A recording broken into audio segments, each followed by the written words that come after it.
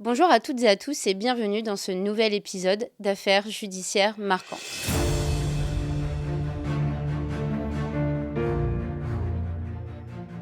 Aujourd'hui, je vous propose de revenir sur une affaire qui a profondément marqué la justice française, l'affaire d'Outreau. Considérée comme l'une des plus grandes erreurs judiciaires qu'ait connue la justice française, cette affaire soulève de nombreuses questions sur le fonctionnement de notre système pénal. Le rôle du juge d'instruction, le déroulement du procès pénal, le recours à la détention provisoire et surtout la question de la parole des enfants dans le procès. Dans cet épisode, nous allons revenir sur les faits, sur le déroulement de l'enquête et du procès, mais également sur les conséquences de cette affaire pour le système judiciaire français.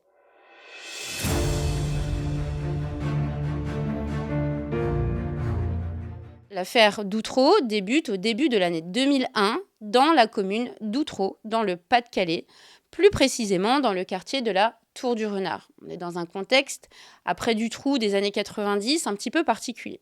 Les premières accusations apparaissent au sein de la famille Delay. Les 4 enfants du couple, âgés d'environ 7 à 11 ans, affirment avoir été victimes de violences sexuelles commises par leurs parents Thierry Delay et Myriam Badawi, dont les noms ne vous sont peut-être pas étrangers. Dans leurs déclarations, ils expliquent également que d'autres adultes auraient assisté à ces violences, voire y auraient participé. Des cassettes vidéo sont découvertes au domicile du couple. Ces enregistrements montrent des violences sexuelles commises sur les enfants du couple. Ces accusations constituent le point de départ de l'affaire d'Outreau et conduisent les autorités judiciaires à ouvrir une enquête.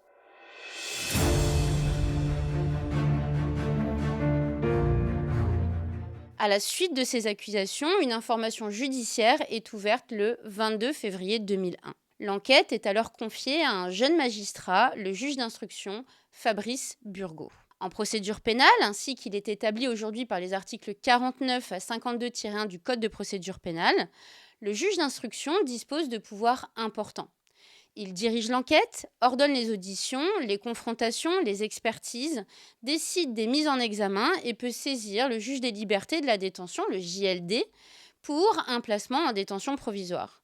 Il ne peut cependant, à peine de nullité, participer au jugement des affaires pénales dont il a connu en sa qualité de juge d'instruction. Sa mission est donc de rechercher la vérité en instruisant à charge et à décharge, comme le prévoit l'article 81 du Code de procédure pénale, dont le début dispose, je cite, « Le juge d'instruction procède conformément à la loi à tous les actes d'information qu'il juge utiles à la manifestation de la vérité, il instruit à charge et à décharge. » L'article établit plus loin, je cite encore une fois, « Le juge d'instruction doit vérifier les éléments d'information ainsi recueillis. » Dans l'affaire d'Outreau, la conduite de l'instruction fera justement l'objet de nombreuses critiques. Il sera ainsi notamment reproché au juge une forte dépendance au témoignage, un manque de vérification des accusations, ainsi que l'absence de preuves matérielles suffisantes.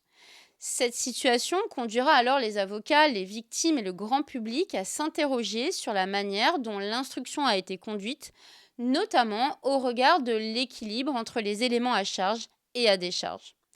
Très rapidement, les conséquences de cette instruction vont se traduire par des décisions procédurales importantes.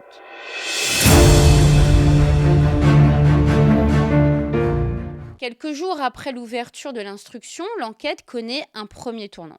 Le 6 mars 2001, plusieurs habitants du quartier de la Tour du Renard sont mis en examen dans le cadre de l'instruction. Parmi eux figurent notamment des noms dont vous avez peut-être déjà entendu parler, David Deplanque, Aurélie Grenon, David Brunet, Karine Duchenois, Thierry Dosque, François Mournant, Roselyne Godard, Christian Godard. La mise en examen correspond à la décision par laquelle le juge d'instruction considère qu'il existe des indices graves ou concordants rendant vraisemblable l'implication d'une personne dans une infraction. Cette décision est d'ailleurs prévue par l'article 80-1 du Code de procédure pénale qui dispose « Le juge d'instruction ne peut mettre en examen que les personnes à l'encontre desquelles il existe des indices graves ou concordants rendant vraisemblable qu'elles aient pu participer comme auteurs ou comme complices à la commission des infractions dont il est saisi. À peine de nullité, il ne peut procéder à cette mise en examen qu'après avoir préalablement entendu les observations de la personne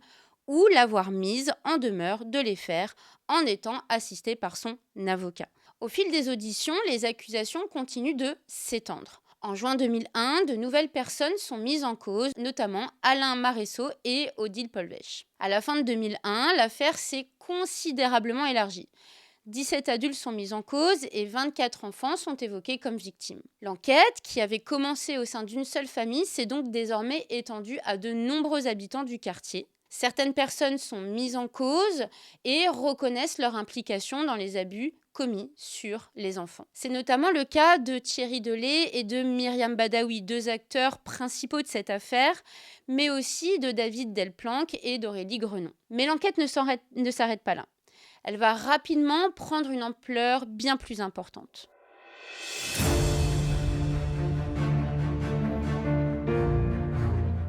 À mesure que l'enquête progresse, les accusations continuent de s'étendre et l'affaire semble alors prendre une dimension transnationale avec l'apparition de ce que l'on appelle la piste belge. Je vous le rappelle, on est dans un contexte un petit peu particulier puisqu'on fait suite à l'affaire Dutroux en Belgique. Certains témoignages évoquent l'existence d'un réseau pédocriminel et mettent en cause Daniel Legrand, père et fils. Il est également question d'une ferme située en Belgique qui aurait servi de lieu de rencontre. Ces accusations reposent toutefois essentiellement sur des témoignages, c'est vraiment ce qui fait le cœur de cette affaire, sans qu'aucune preuve matérielle ne vienne les confirmer. Il faut tout de même rappeler qu'en matière pénale, la preuve est libre. C'est un élément important de compréhension.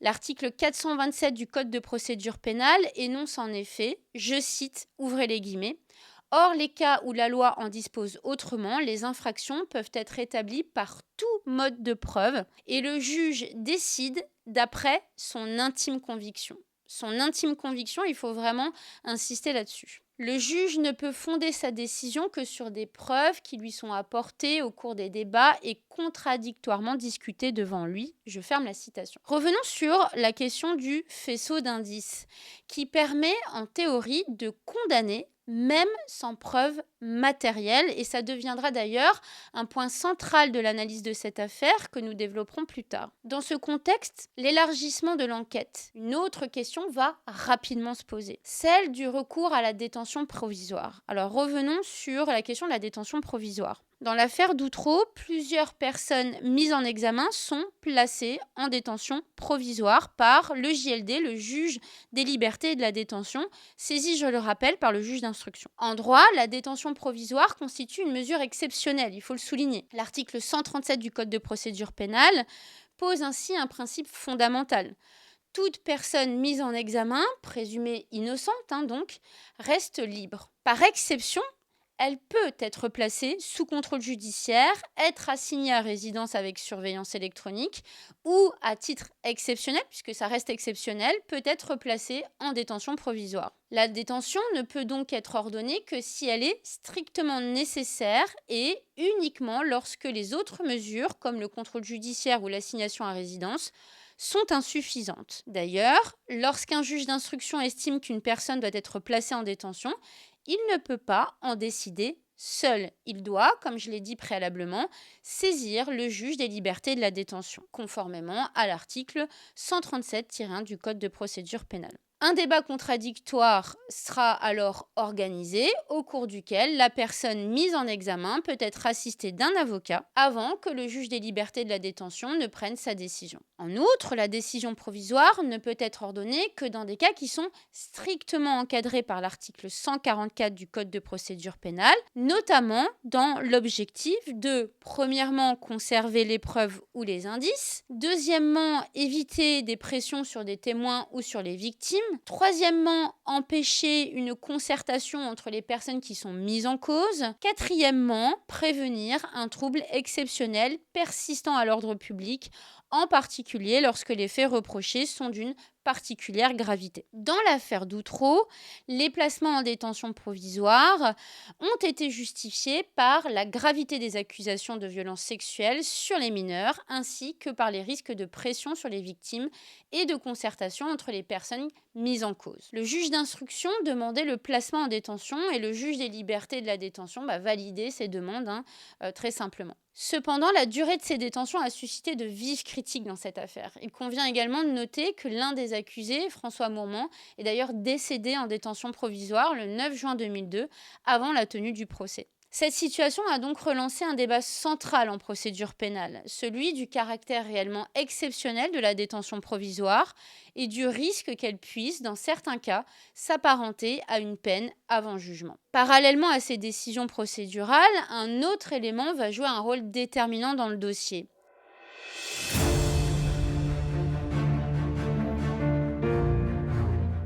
Alors revenons sur ce sujet qui est un sujet très important, la parole des enfants dans le procès pénal. Les témoignages des enfants dans cette affaire sont particuliers puisque la parole des enfants va occuper une place centrale et ce sont d'abord les déclarations des 4 enfants de la famille Delay qui sont à l'origine de l'enquête. Ils accusent leurs parents, Thierry Delay, Myriam Badawi, de violences sexuelles. Au fil de la procédure, d'autres enfants sont également entendus par les enquêteurs et les magistrats, notamment des enfants appartenant aux familles mises en cause dans l'affaire. Progressivement, plusieurs d'entre eux accusent leurs propres parents ou d'autres adultes de leur entourage, ce qui va contribuer à élargir considérablement le dossier. Ces témoignages deviennent ainsi l'un des principaux éléments sur lesquels repose l'instruction. Cependant, au cours de la procédure, certaines déclarations vont évoluer. Les récits se modifient parfois au fil des auditions et de nouveaux noms apparaissent progressivement dans le dossier. Alors, sur le plan juridique, la procédure pénale prévoit plusieurs garanties lorsque des victimes mineures sont entendues.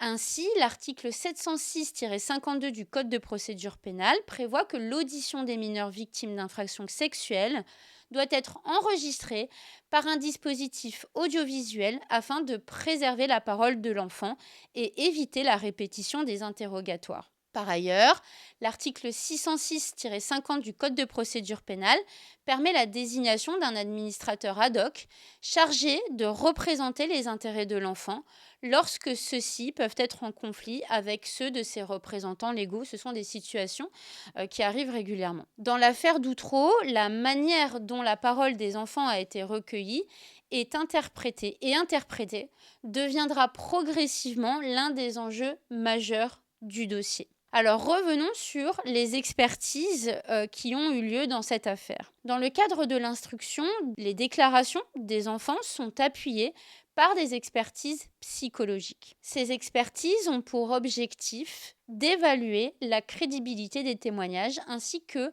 l'état psychologique des enfants. Certaines conclusions mettent en avant la cohérence des récits, qui sont les récits donc relatés par les enfants, l'absence de tendance à la fabulation, ce qui va donc renforcer le poids des accusations dans le dossier. Ces expertises jouent ainsi un rôle important dans l'appréciation des faits par les magistrats, en venant conforter les déclarations des enfants. Cependant, leur fiabilité sera par la suite largement contestée, notamment par les avocats de la défense. Au fil du temps, ces éléments vont donc révéler certaines limites du dossier et vont mener à des contradictions.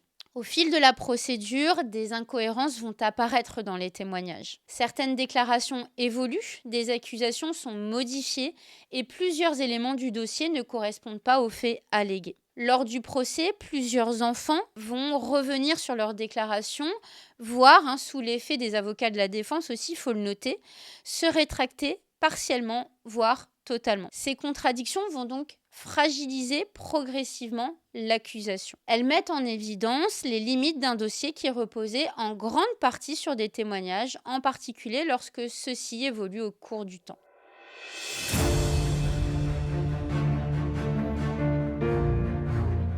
Dans l'affaire d'Outreau, l'instruction est menée par le juge Fabrice Brugot, un jeune magistrat. En procédure pénale, le juge d'instruction est chargé de diriger l'enquête et de rechercher la vérité en instruisant à charge comme à décharge, conformément, nous l'avons dit, à l'article 81 du Code de procédure pénale. Dans cette affaire, l'instruction repose en grande partie sur des déclarations des enfants, ainsi que sur les expertises psychologiques qui les ont accompagnés. Ces éléments vont progressivement structurer le dossier et orienter les décisions prises au cours de la procédure.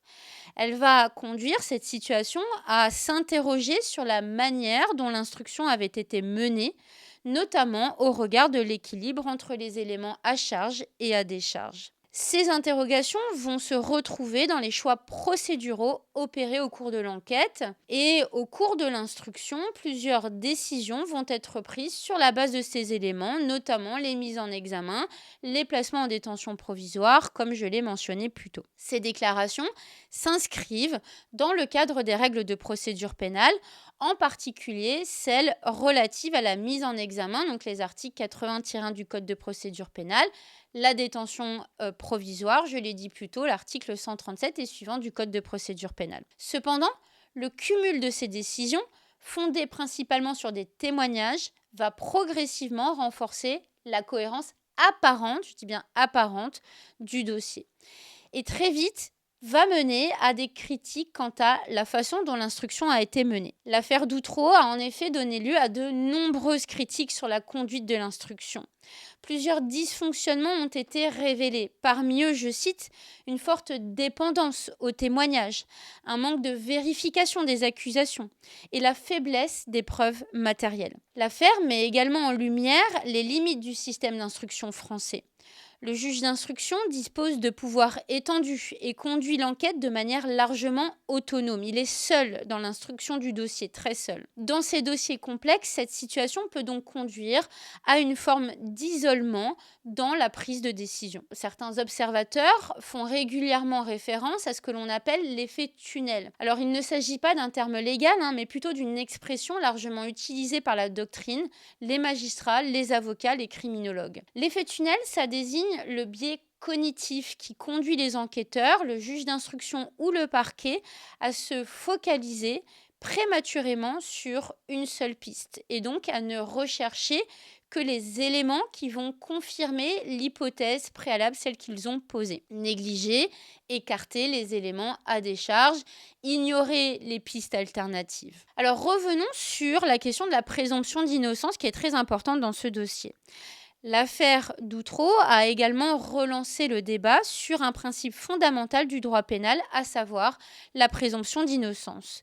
Ce principe, qui, je le rappelle, est consacré notamment par l'article 9 de la Déclaration des droits de l'homme et du citoyen, mais également l'article 6, paragraphe 2 de la Convention européenne des droits de l'homme, ainsi que par l'article préliminaire du Code de procédure pénale, implique normalement que toute personne poursuivie doit être considérée comme innocente tant que sa culpabilité n'a pas été établie. Or, dans l'affaire Doutreau, la durée des détentions provisoires et la médiatisation de l'affaire ont conduit à s'interroger sur le respect effectif de ce principe. Au-delà du rôle du juge d'instruction, ces critiques s'étendent également au fonctionnement global de la procédure pénale, notamment le rôle du parquet. Et donc, on va revenir ensemble sur le rôle du parquet et la question de son indépendance, qui est une question qui est très présente, qui est très prégnante aujourd'hui dans la procédure pénale. Alors, au-delà du rôle du juge d'instruction,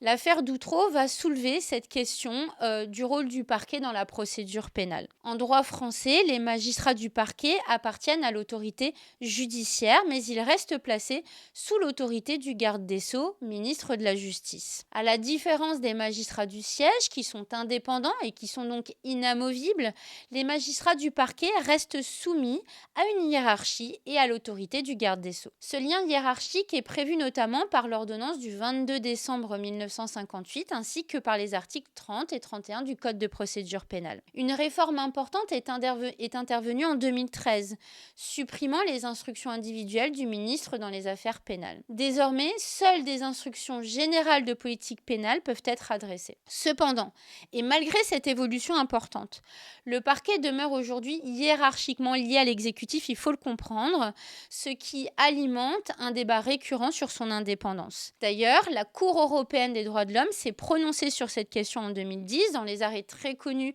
Medvedev contre France, Moulin contre France, et la Cour européenne considère elle-même que les magistrats du parquet français ne présentent pas les garanties d'indépendance nécessaires, suffisantes, pour être qualifiés d'autorité judiciaire, en raison de leur lien avec l'exécutif, ce qui donc va constituer une violation de l'article 5, paragraphe 3 de la Convention européenne des droits de l'homme.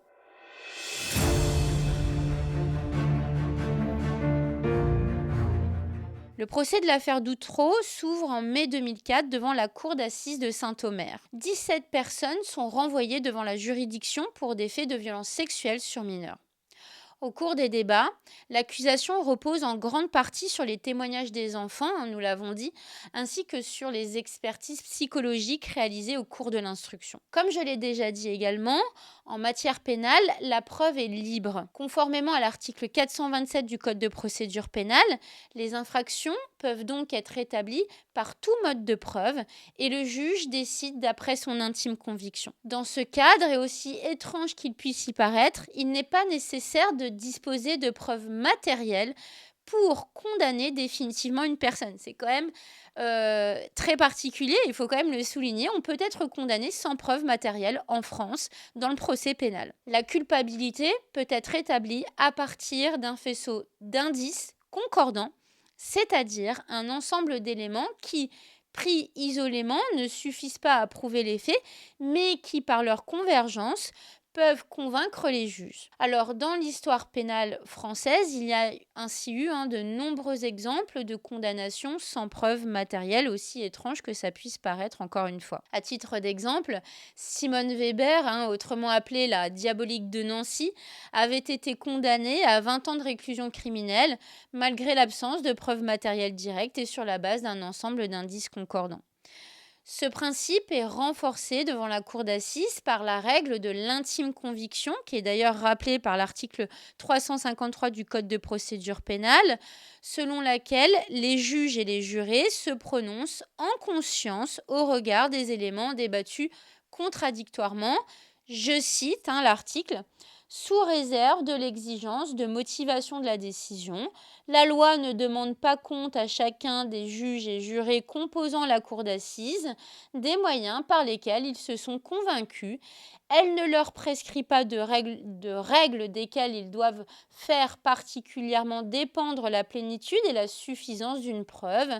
Elle leur prescrit de s'interroger eux-mêmes dans le silence et le recueillement et de chercher dans la sincérité de leur conscience quelle impression ont fait sur leur raison les preuves rapportées contre l'accusé et les moyens de sa défense. La loi ne leur fait que cette seule question qui renferme toute la mesure de leur devoir. Avez-vous une intime conviction ? Dans l'affaire Doutreau, des juges considèrent alors qu'il existe un faisceau d'indices suffisants fondés notamment sur la parole des enfants. Au fil des audiences, des incohérences, comme je le disais, vont apparaître. Certains accusés, contestant fermement les faits et les accusations, les débats vont devenir tendus. Les parties civiles vont s'opposer à la défense sur la crédibilité des témoignages. La défense insiste notamment sur l'absence de preuves matérielles et sur les évolutions des déclarations, tandis que l'accusation continue de s'appuyer principalement sur la parole des enfants et les expertises réalisées au cours de l'instruction. Alors, à l'issue du procès, en juillet 2004, la cour d'assises rend son verdict. Thierry Delay est condamné à 20 ans de réclusion criminelle et Myriam Badawi à 15 ans de réclusion criminelle. Plusieurs autres accusés sont également condamnés, notamment donc David Delplanque, 6 ans, Aurélie Grenon, 4 ans, Franck Lavier, 6 ans ou encore Dominique Fiel, 7 ans avec sursis. D'autres reçoivent des peines plus légères comme Alain Maréco, condamné à 18 mois avec sursis. Dans le même temps, 7 personnes sont acquittées, révélant déjà les premières failles du dossier et on le verra après plus tard. Alors bien évidemment, un appel va être formé à l'égard de cette décision de première instance. 6 condamnés vont décider de faire appel. Un nouveau procès va donc s'ouvrir le 3 novembre 2005 devant la Cour d'assises d'appel de Paris. Alors, on va retrouver les accusés Daniel Le Grand-Fils, Sandrine Lavier, Alain Maréco, Dominique Viel, Franck Lavier, Thierry Dos. Au cours de ce second procès, les débats vont vraiment prendre une tournure différente. Plusieurs enfants vont revenir sur leurs déclarations. Certains vont même reconnaître avoir menti. Ces rétractations vont intervenir dans un contexte qui est très particulier. Celui d'interrogatoires qui ont été menés par les avocats de la défense, dont plusieurs témoignages, et vraiment j'insiste là-dessus, vont décrire le caractère particulièrement intense, voire insupportable pour les enfants qui sont censés témoigner. Confrontés à certaines contradictions qu'ils ne comprennent pas eux-mêmes, soumis à des questionnements qui sont répétés, appuyés, Certains enfants vont finir par craquer et admettre que leurs accusations étaient fausses ou exagérées. La défense met également en avant plusieurs éléments. Les enfants avaient été placés dans des familles d'accueil en lien entre elles. Ils ont appris à se connaître. Certaines assistantes maternelles ont échangé entre elles et des listes d'accusés auraient été construites à partir des déclarations. Dans le cas d'Alain Marécaux, son fils explique finalement qu'il s'agissait d'un malentendu. Alors face à ces éléments, l'avocat général, bien évidemment, va requérir finalement l'acquittement de 6 accusés. Alors revenons sur ces acquittements. C'est vraiment un tournant décisif au stade de l'appel, puisque le 1er décembre 2005, la cour d'appel va rendre son verdict et les 6 accusés sont acquittés. Au final, sur 17 accusés, 13 seront finalement reconnus innocents. 4 condamnations seulement, donc, résisteront à l'épreuve du temps, celles des seuls qui avaient avoué dès le début. Thierry Delay, Myriam Badawi, David Delplanque et Aurélie Grenon. Ces acquittements vont donc marquer l'effondrement d'une grande partie de l'accusation. Ils mettent en évidence les limites d'un dossier reposant principalement sur des témoignages, en particulier lorsque ceux-ci évoluent au cours du temps. Alors revenons un petit peu sur ces remises en question. Face à l'ampleur de l'affaire, les pouvoirs publics vont engager une réflexion approfondie. En 2006, une commission d'enquête parlementaire est créée afin d'analyser les dysfonctionnements révélés par l'affaire. De nombreux acteurs sont auditionnés, notamment des magistrats, des enquêteurs, des experts, ainsi que le juge d'instruction, Fabrice Burgot, à qui il est reproché de nombreux débordements dans l'instruction de cette affaire. Les travaux de cette commission, consignés dans le rapport de l'Assemblée nationale de 2006, mettent en évidence plusieurs défaillances majeures dans la conduite de l'enquête et de l'instruction. Le rapport souligne notamment l'isolement du juge d'instruction, confronté à un dossier complexe sans encadrement suffisant, une insuffisance contradictoire dans l'instruction avec un manque de confrontation des versions et de remise en cause des accusations, une dépendance importante aux témoignages, en particulier ceux des enfants, sans vérification suffisante, des expertises parfois contestables, dont les conclusions ont été prises en compte sans recul suffisant, ainsi qu'un recours excessif à la détention provisoire, notamment au regard de sa durée. La commission met également en avant un problème plus global de fonctionnement du système judiciaire, marqué par un manque de coordination entre les acteurs et une difficulté à remettre en cause les hypothèses initiales de l'enquête, ce fameux effet tunnel. Ces constats conduisent à qualifier l'affaire de véritable, je cite, dysfonctionnement majeur de la justice et à engager une réflexion sur les réformes à apporter. Ces critiques ne restent pas sans conséquences concrètes, tant pour les personnes concernées que pour l'évolution du droit.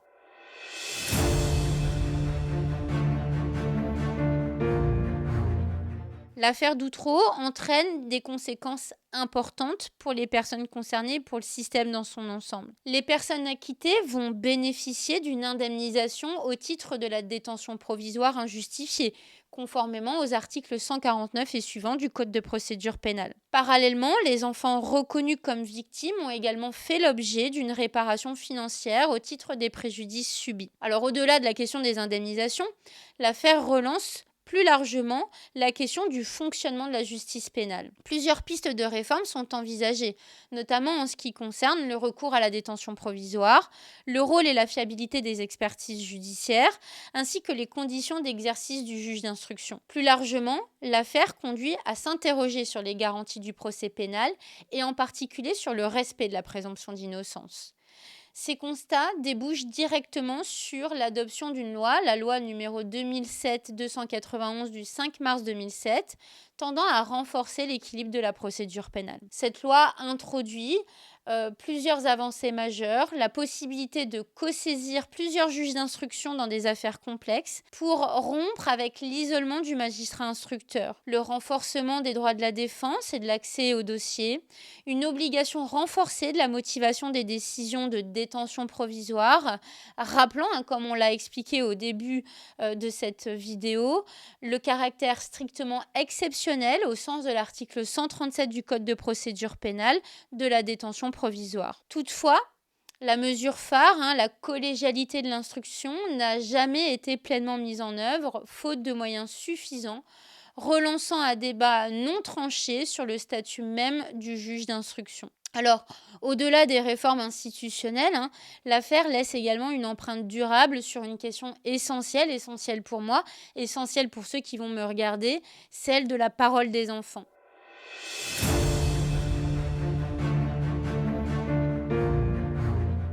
Alors revenons sur ce sujet. L'affaire Doutreau a profondément marqué la place de la parole des enfants dans la justice pénale. Elle a mis en évidence les difficultés liées à son recueil, notamment en raison des méthodes d'audition et du rôle des différents intervenants. Les contradictions, les rétractations observées au cours de la procédure ont tristement conduit à une mise en question de la fiabilité de certains témoignages et ont contribué à installer une forme de méfiance à l'égard de cette parole. Pourtant, le problème n'est pas la parole des enfants, et je le répète et je vais le réitérer. Le problème n'est pas la parole des enfants en elle-même. C'est la manière dont elle a été recueillie, encadrée, interprétée. Dans l'affaire Outreau, les enfants ont été entendus à de nombreuses reprises, il faut insister sur ce point-là, sans cadre suffisamment rigoureux pour éviter les influences extérieures. Placés dans des familles d'accueil qui se connaissaient, leurs récits ont pu se croiser, d'autant que certaines assistantes maternelles ont échangé entre elles sur le contenu même des déclarations. La commission View, chargée de tirer les enseignements judiciaires de l'affaire, a mis en évidence ces défaillances concrètes, et la première concerne la formation des enquêteurs chargés d'auditionner les mineurs. Cette formation a été jugée insuffisante. Seuls 2 centres en France dispensant alors des modules spécialisés sur la parole de l'enfant à cette époque. La seconde porte sur l'enregistrement audiovisuel des auditions, pourtant prévu par la loi de 1998 et codifié à l'article 706-52 du Code de procédure pénale, dont l'application demeurait à cette époque inégale. Certains services y recouraient systématiquement, tandis que d'autres ne l'utilisaient pas. La commission a également remis en cause les expertises de crédibilité utilisées dans l'affaire, estimant qu'elles ne reflètent pas nécessairement la vérité judiciaire, dans la mesure où elles n'écartent ni le mensonge ni les influences qu'ont pu connaître les enfants. Ces constats ont donc conduit le législateur à agir à travers la loi du 5 mars 2016, comme je le disais, tendant à renforcer l'équilibre de la procédure pénale, qui constitue alors un premier prémisse de réponse directe en encadrant davantage l'instruction et la détention provisoire. Et ce mouvement a par la suite été prolongé par l'entrée en vigueur du Code de justice pénale des mineurs en septembre 2021, qui va approfondir les garanties entourant la prise en charge des mineurs dans la procédure judiciaire. Enfin, certains enfants, il faut quand même le noter, il faut le relever, comme Jonathan Delay, ont par la suite maintenu une partie de leurs accusations dans les prises de parole ultérieures, ce qui va donc illustrer la complexité persistante de cette affaire.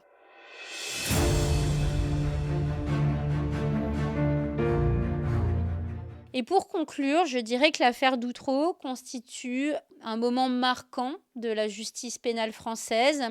Elle met en lumière les fragilités du système judiciaire, mais également la difficulté permanente de concilier recherche de la vérité, protection des mineurs et respect des droits fondamentaux.